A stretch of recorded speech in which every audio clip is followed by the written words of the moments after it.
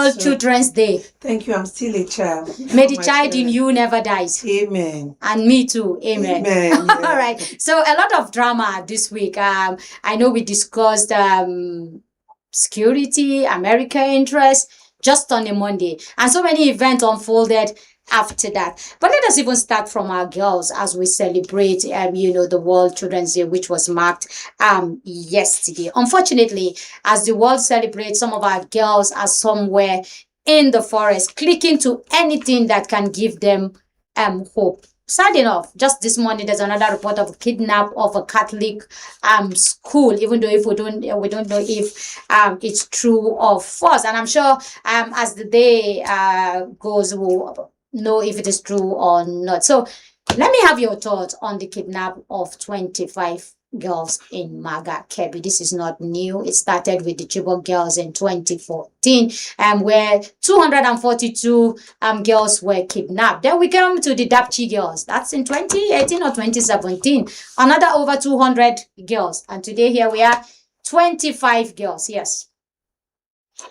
So the kidnap of these 25 girls and the killing of their vice principal, yes, is totally condemnable and very an unfortunate situation for us in this country. It seems we cannot wake up 2 days without the bad news. It's quite unfortunate that things are befalling us, and then I don't see us addressing it squarely the way it should be. So the 25 girls, when you put yourself in their shoe, let's assume your child is there. The trauma alone, it's killing. It's something that you cannot withstand it. So I saw the president giving an order to this minister yesterday that she should relocate to Kebbi. And so that relocation implies that if those girls are not released in the next 2 years, his base should be there. So at least people should really wake up to their expectation. People should be held responsible to their offices. So if I am a security person and then the security of Nigerians are being assigned to my office, I should be responsible for those things. Okay, so what I saw the governor of Kebbi was saying, he said he got a report, a security report about that school. Not that in another place that there will be an attack on the school. They are planning to come and pick those girls. So he called the relevant authorities, that's the police, and he gave out the information. And by his statements, police were there. Police actually went to the school. Some training were even given to those girls just in case there is any emergency. And at what point were they supposed to leave that place? Because from what the governor is saying, they left the place not up to an hour or two. Then those people strike. Are we saying that they have people in the police and in the police that were there are saboteurs or what? Because that has always been the concern of Nigerians.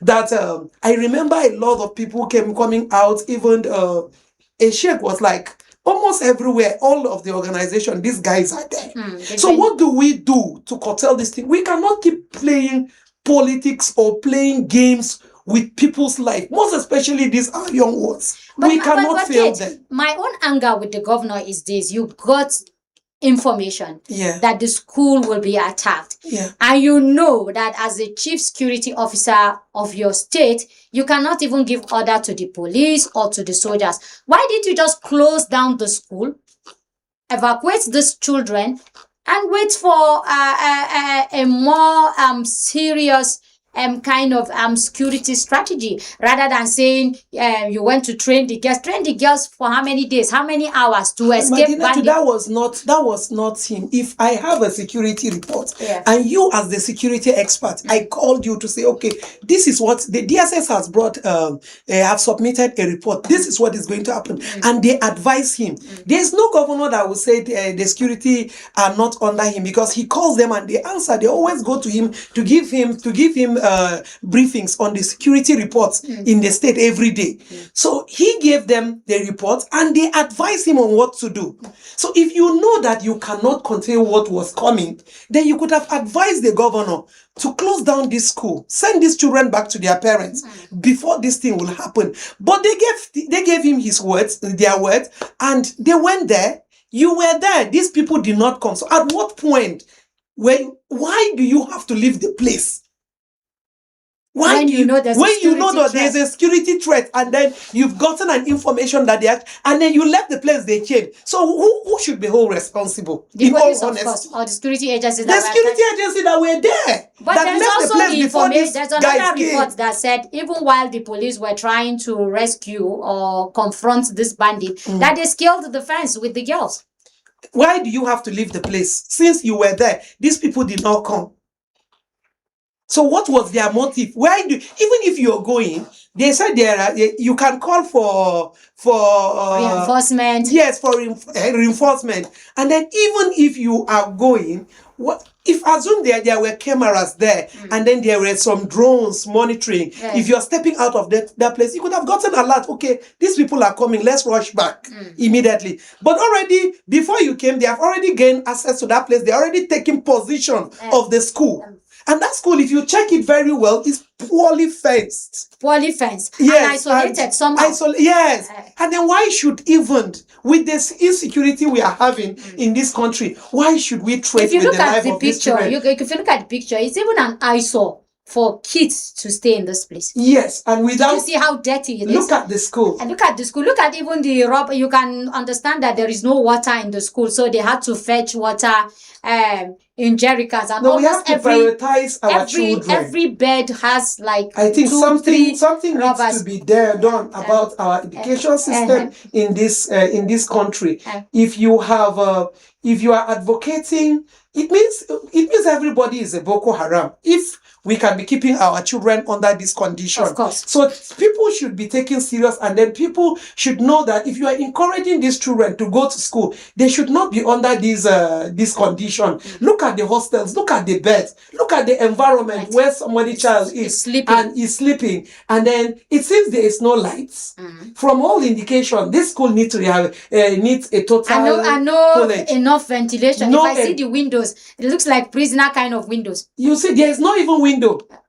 Look at it now. There's no window. So I think it's very unfortunate. We sympathize with the governor and people of Kebbi State, but I think more needs to be done on our education system. No, but it's also a shame and a slap on the government's face. A shame and a slap. This is not the first time it's happening. In 2014, you people, the APC government, your government. No, we were not in power. In 2014. Hold on. APC were not in power. Just hold on. Yes, it was the PDP I didn't say government. It was your government. Yes. But your government took the issue of the abduction of the, what do you call it? The Chibok girls. They took it internationally. They came up with Bring Back Our Girls. And a lot of people said that was the beginning of President Jonathan's, exit. So are they trying to stage all this too? Could it be that the opposition too are staging this? They are also staging this. And then they should know that they will answer for it at the end of the day. Whoever used somebody's life for his own selfish interest. When I heard the president saying he has postponed his trip to G20, at least he wants to get reports of the girls in 21st century. This is not the first time abduction of girls is happening, from Chibok to Dapchi, even to Yauri, the same Kebbi State. Some of the girls are still not back after how many years in captivity. And today you are telling us that you're sending the state minister of, defense to go. Why didn't you send the chief of defense staff? Why didn't you just send the chief of army staff? I'm telling you, the chief of defense staff what will a state and minister troops were already there. What will a minister do? They are because already he will not there. give order. He's more of supervisory. Okay, role. if he has already sent the army and the chief of army staff is there already. But we didn't hear in no, the news why he said that he's going to be staying if you there. think they are not doing the right thing, let there be part of the executive there on ground to make sure that things are being done done accordingly. It's not as if it's just that you sending one to guide to this place and you don't trust him. You don't believe that the report is bringing is correct. But when there's another arm of government there, he will also report to him on the true situation of things. If you watch the news yesterday, I mean the social media, the videos that were going on, Yeah. even the troops that went to rescue the girls were also ambushed.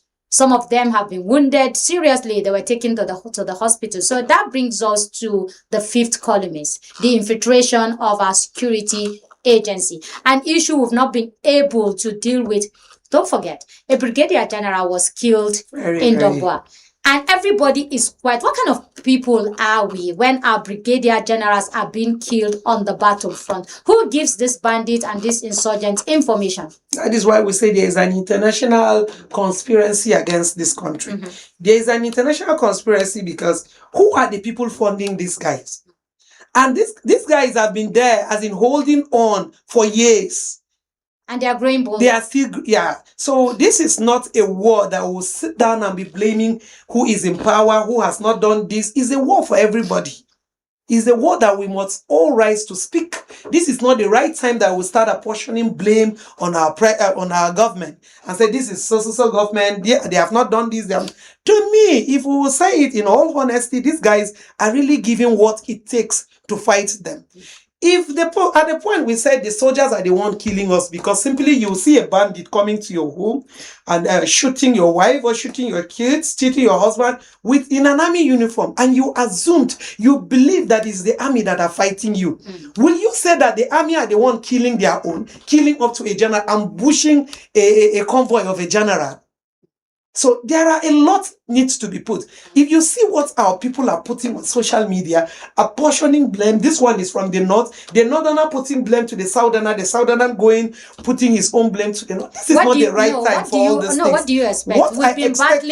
We've been battling an insurgency. Let's write. No, hold on. Since 2009, when the first Boko Haram crisis broke out, till today, 17 years or 16 years down the line, we've not been able to deal with the insurgency. From the insurgency, we are now having bandit. From bandit, every year or every quarter of a year, you will hear a new group, and it has a name. So who is bringing up the new group? Who is giving them name? Who is stereotyping them? And who is even promoting them? Because you just see in the news that one group came out. It's not a peculiar case to Nigerian. This is the insecurity. If you watch the news and watch what is happening, is a global thing. What I'm asking is a global thing. We've not been able to deal with insurgency 16 years. PDP came and left. This is APC. APC own is coming up with another dimension. Another party takes over in maybe 2027 or 2031. And then you have another group again in place. Isn't it high time that this political class sit down in the room and tell themselves the very truth? I think seeing what is happening in the whole world, the insecurity, if America have not contained the gun, whatever, that people goes to kill at will at any time, then who are we to say that we cannot be encountering this? But the ability of the government to keep curtailing and then controlling some of their excesses is something. So let's also give them that voice that they are trying. It's just that the whole thing is getting out of hand. And I think other strategies should be put in place to see how we can, if I've been using a carrot and stick and if it's not working, then we should use another method and see whether it will work. So we keep changing, since we said change is constant, and then we need a result. So if we keep using one particular thing, I think the army should. The last 2 days, I saw that there is a strike on so they discover a hideout of the bandit at Sambisa Forest, and a lot of them were killed. Some of their instruments being destroyed, most of their weapons. So at least we are getting there. If you watch this strike, a number of bandits killed. How come they have not reduced? Because there is hunger in the land and people are willing to go and get 5,000 naira. So let's start by educating our people and then telling them the effect and then the effect of what they are going into. Okay. I think they are recruiting and that brings me to the issue of there's hunger in the land. No, there is. We cannot run away from that. I was at the conference in Kebbi just a couple of last week, and then the person who is supposed to be here today spoke at that conference. And he said he has already given the security agencies information that the number of weapons in the hands of these state actors in the next 5 months or 6 months, there will be more than the weapons in Nigeria. Oh, wow. That is one. Two, at that conference, somebody told us that in places like Kebbi, Sokoto, bakers supply bandits bread. So you can't get fresh bread till about 8 in the morning after the bandits have been supplied, fresh bread. Very unfortunate. Another angle, that young women and girls, willingly go and sleep with the bandit for a 50,000 or 100,000. So they willingly, go to the island. So it means the hunger, like you rightly said, the hunger in the land has made everybody to join the insurgency. So it's a whole lot of business, from the bandits themselves to the suppliers of needs to the people themselves. So how do we begin to dismantle, that triangle coming down? So if, in my own opinion, if we're going to start, we really want to address the root cause of all these things, we should address the issue of And don't poverty. forget, your government brought the hunger in the No, land. they just came into power. My government, no, hunger was in the land since the PDP government. And You don't cannot even deal expect with it. manna from these people. Just came into government last 10 years. What was happening in Nigeria before the 10 So years? in 10 years, you can't When Boko Haram eradicate. spring up, was it APC that were in government? You can't eradicate hunger in the No, last they are 10 years. trying. There is, at least we're getting there. Yeah. We're getting there because we are not where we were some years ago. So at least we're getting there with the issue of fuel subsidy being taken. The governors are getting enough. So there should be no excuse. If you have a problem in your state, I remember when food were sent to states and the government officials were selling it. We've seen the situation where in my local government, I think last year or so, I saw a rice that was to be shared being sold in the market. Who do you blame? With the governor's picture on it. At least it was on the social media. So some of them are very intelligent. They can actually reback all those things and take it out to the market. So who is doing us? Is it our government? Because I just understand one thing with us Nigerians. Any little thing, in short, it will get to a stage where there is a fight between you and your wife and you blame it today. In fact, someone has done that to me. He said they sent him packing during the last administration, that they sent him packing. His landlord gave him quick notice. He has not been paying for his house rent for years. And he was given a quick notice. The next thing, when he met me, he said, so person did not help him. Started calling the name of, should the governor be responsible for your house rent? Won't you work before? It's just like a pregnant woman getting to delivery and then you go to your House of Reps member, you go to the senator begging. God gave you 9 months for you to prepare. That is what so is it called, is us. We should work on our mindset too. Nigerians should know. Stomach infrastructure. Stomach infrastructure can come, but what are you doing? You were born with 2 hands, 2 legs, that you can actually do something with your hands and your brain. Before you begin to give start yourself. defending APC, let's wrap up on this. Civilian JTF is one thing governors in the south, northeast, have been using to deal with the insurgents and the bandits. Yeah. And I do know that some of the southwest came up with Omotekun, where another kind of vigilante kind of policing, but well regulated. I know in Zamfara they came up with that. Some of the states came up with that. Shouldn't the governors, since state police is becoming an issue, we've not been able to get the state police, because that would have helped, maybe a long way. As a governor, if I have the police under me, I can call them to order at any time. I can hold them to account, and I can also take care of their welfare the way I want. And they are from my state, so they understand the look and crannies of the state. But beyond that, shouldn't we give, local vigilante the kind of priority and the kind of support that they need right now? So what's my take on this is, if it will be controlled by federal government. No more federal government. Okay, states. Okay, there will be abuse. The governors will use that. It's just like, you don't even need to go far. Look at the local government election that is controlled by the governor. Tell me which of the state governor was fair to, we went for election. They just stage an election and then declare who they want to declare. So by the time, it's not as the state policing is actually very good. But in Nigeria, are we ripe? Are we ready for state policing? No. I would say no, because the governors will use these people against their opponent. You will see they give those local vigilantes power, give them guns, and see how the opponents, the oppositions will be killed. Just say something, they will send you and a local state police to go and finish you. And how do you curtail this? So what is the way out? The way out is that if it can be controlled, well documented, well registered, yes. If federal government can say, okay, the insecurity in this country is becoming too much, why don't we employ people in each of the wards? We have how many local governments? 700.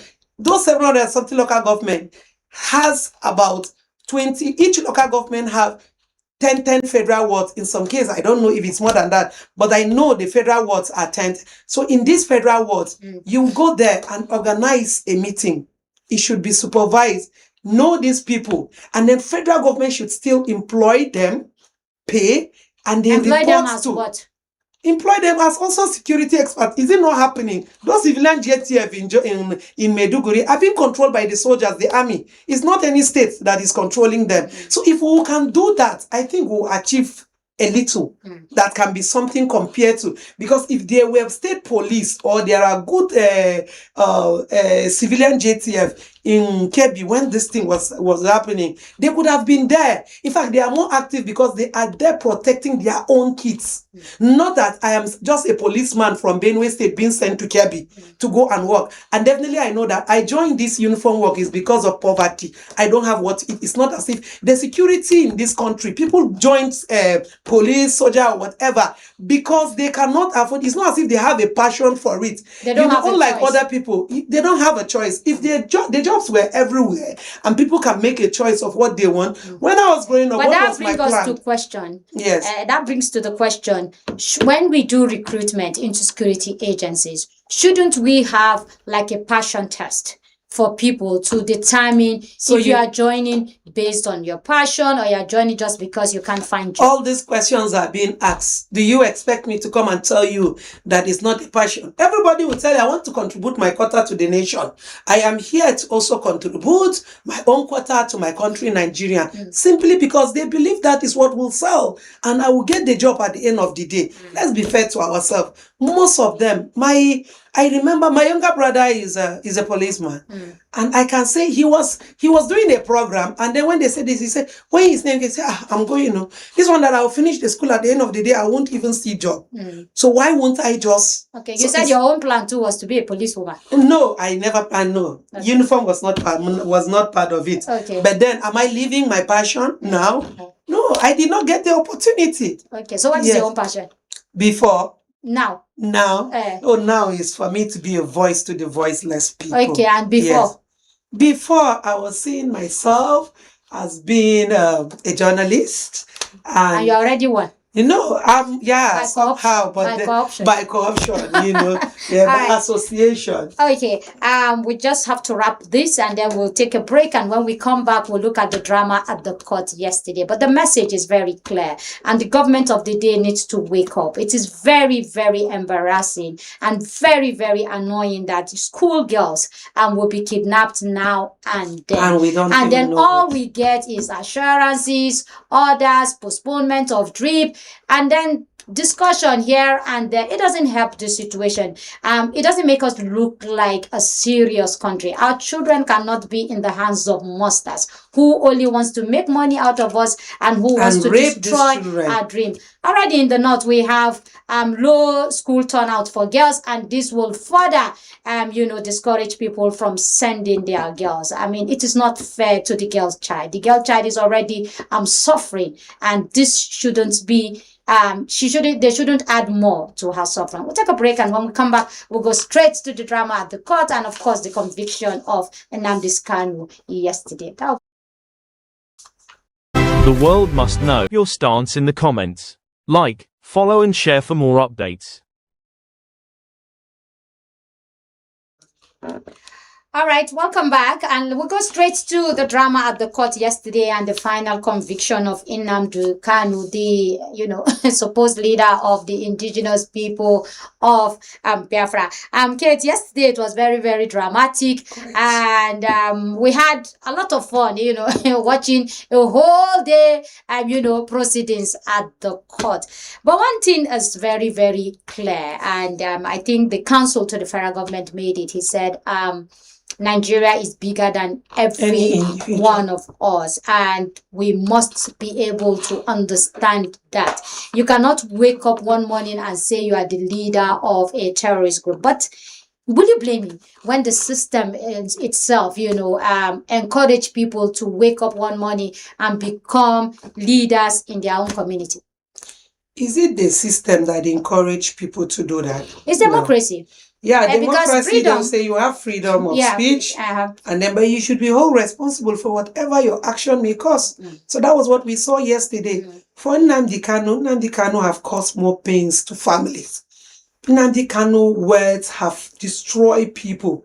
Even if he has not used his gun to kill you, when your business has been destroyed, who are you again? So people who lost their property, lost their building, lost their businesses, life were lost in hundreds. And then I see people coming out on social media writing nonsense, calling on government that it has something to do with it. Why should such a person go on the street free? How should they set him free? How do you want the victims, the family of his victims being killed, that what Nnamdi, that IPOP have killed, how do you want them to feel when seeing the federal government declare? Moreover, the president now was not the one that they arrested Nnamdi Kanu since 2017 or 2018. That was even the first brought back again. So let him face the music. He let him face the music of his own action. He brought this thing to himself. Let him feel what I wish it was even a death penalty, because most of them, I think we've lost one or two people. I've lost a DSS officer that I know very well to IPOP in one of the eastern states. And then you want such a person to be set free? No, now we are not living in a zoo republic that people just wake up one day. But the same man said we are a zoo. If you listen to him, he has always been saying that Nigeria is a zoo. Exactly. Nigeria is not supposed to. So now Nigeria have shown him that we are not he will be the one that will be kept in the zoo. He is already in the zoo. In fact, I wish they send him to one of the northern states where the heat, either Maiduguri, or let him go to a prison there and then tell them how. So I remember so many things to put on that. I don't want to raise people's emotion on these issues, you can say that. Because I could remember when police officers were born inside a bus in the East. These are people that have family, have kids that are not anywhere close to graduating. They were still training their kids. Some of them were just married. I remember the woman that said she was just 3 months pregnant. They went and burned the husband down there. And you want such a person to be set free, because we live in a country that does not take the life of its citizens serious. No, it can't continue like that. And this should be a message to any terrorist, anyone that is planning to bring up any issue like this. He should know that there will be a day reckoning. A day like this will be coming. Okay, but don't forget, he has the right to appeal. Yeah, let him appeal. Let's see how it goes. He's going to the Court of Appeal, and from there he will go to the Supreme Court. And then his lawyer or his consultant, at a point he even sacked all his lawyers. He slapped him in the court. That man is the lawyer is not even worth to be called a lawyer in the first place. He's a boy lawyer. Yes, the same person, if not for money, because I learned that they are contributing money from the US, UK, the Igbos are contributing money and sponsoring most of these people going forward for him.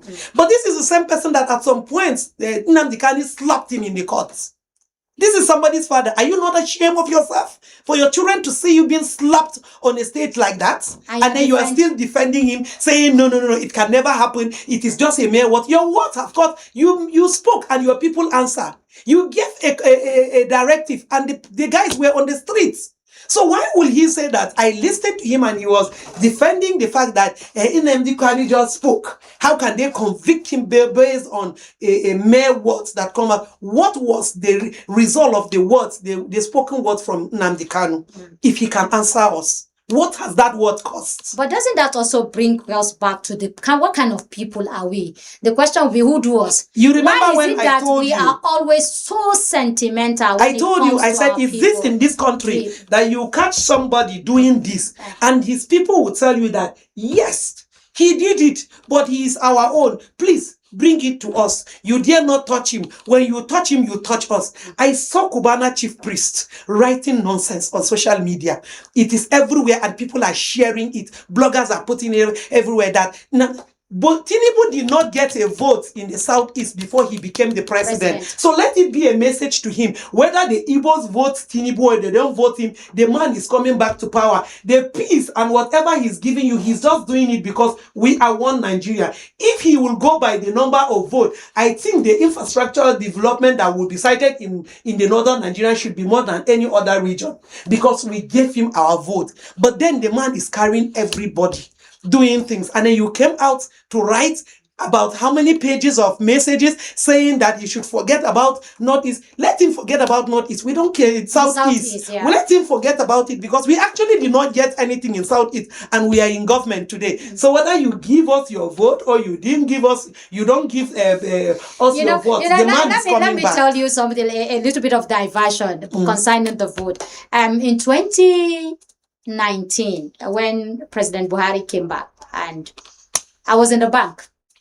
You can imagine how sentimental people are. Workers in the bank in Bauchi State. I went to the bank to make transaction, and these Igbo guys were saying, they will see our votes. You can see our votes going to, was it Debo at that time or PDP? I don't know who. And they were saying all our votes have gone to our party. Let's see how this president will show them pepper.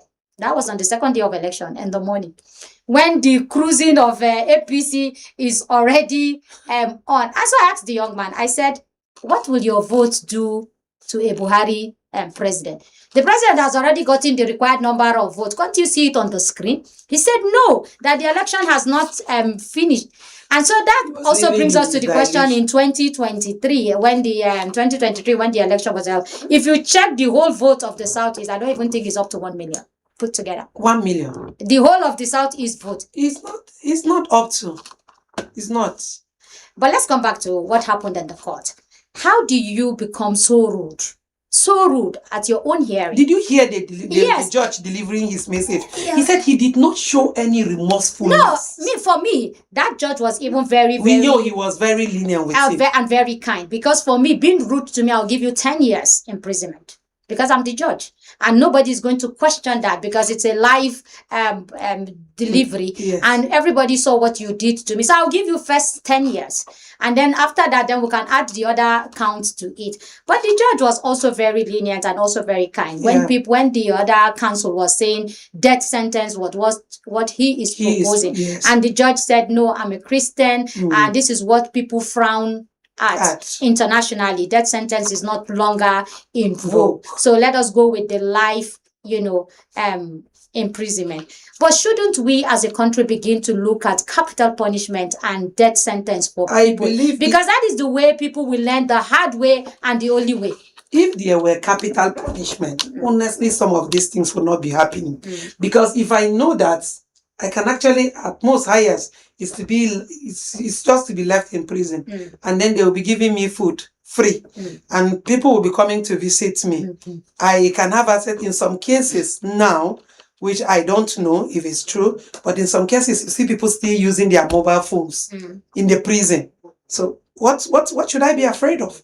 I dare you to see what you can do. But if you remember during the military era, that there were capital punishment, the rate of crime was not as bad as this.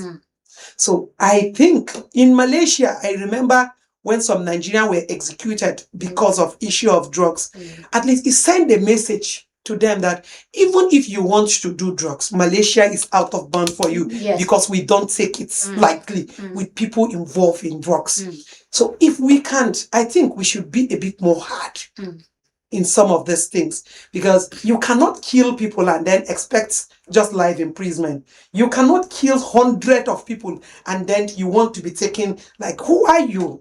if truly we are living in a nation that we And really you are want even it to asking, work, where is the law? where is the law? And you are in Which the court. law? They said, how can you, when I know that the guy was also was so full of Mentally himself, direct. there's something also wrong with him.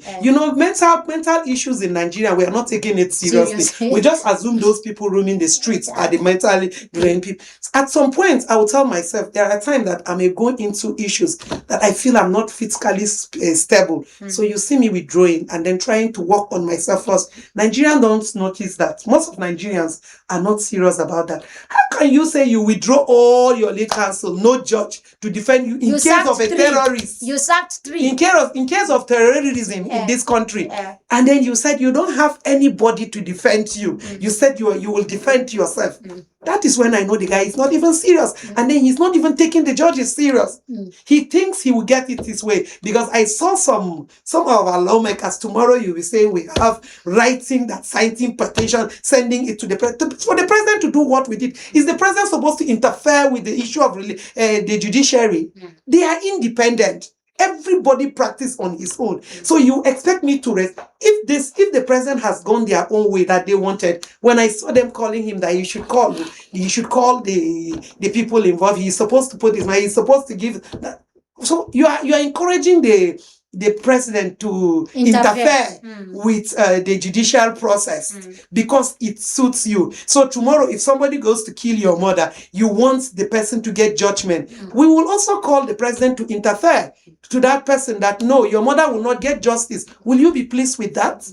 So we should always look at what will work for us. Let's always put sentiment. All these sentimental attachments will not help us. There are things that are killing Nigerians. If Nigeria can sit down and say no, but Nnamdi can. I saw some quite numbers of Igbos because some of them were killed too. It is not about Northerners. Don't forget the speaker, the deputy speaker of House of Rep also said yesterday that they're trying to discuss with the president so that they can have a political solution. So what kind of political solution? Let him go out and still be instigating people to kill against each other. That's what they want. So if this thing should continue, then I'm very, very disappointed by, in some of these our leaders. If you can be making such statements. But would you also be surprised? Maybe next year the president will say he grants pardon, and then you see Nnamdi Kanu's name on the pardon list. The president, I know, will not make that mistake. The president will not make that mistake. He is not moved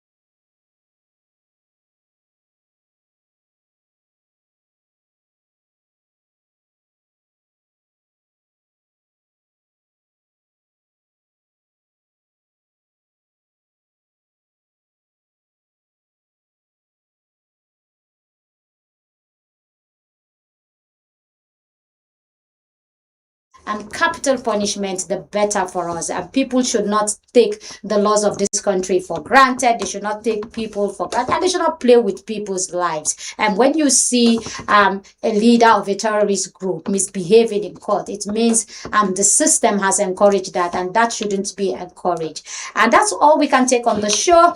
And from me, Medina Azaki, and the whole team here, it's bye for now.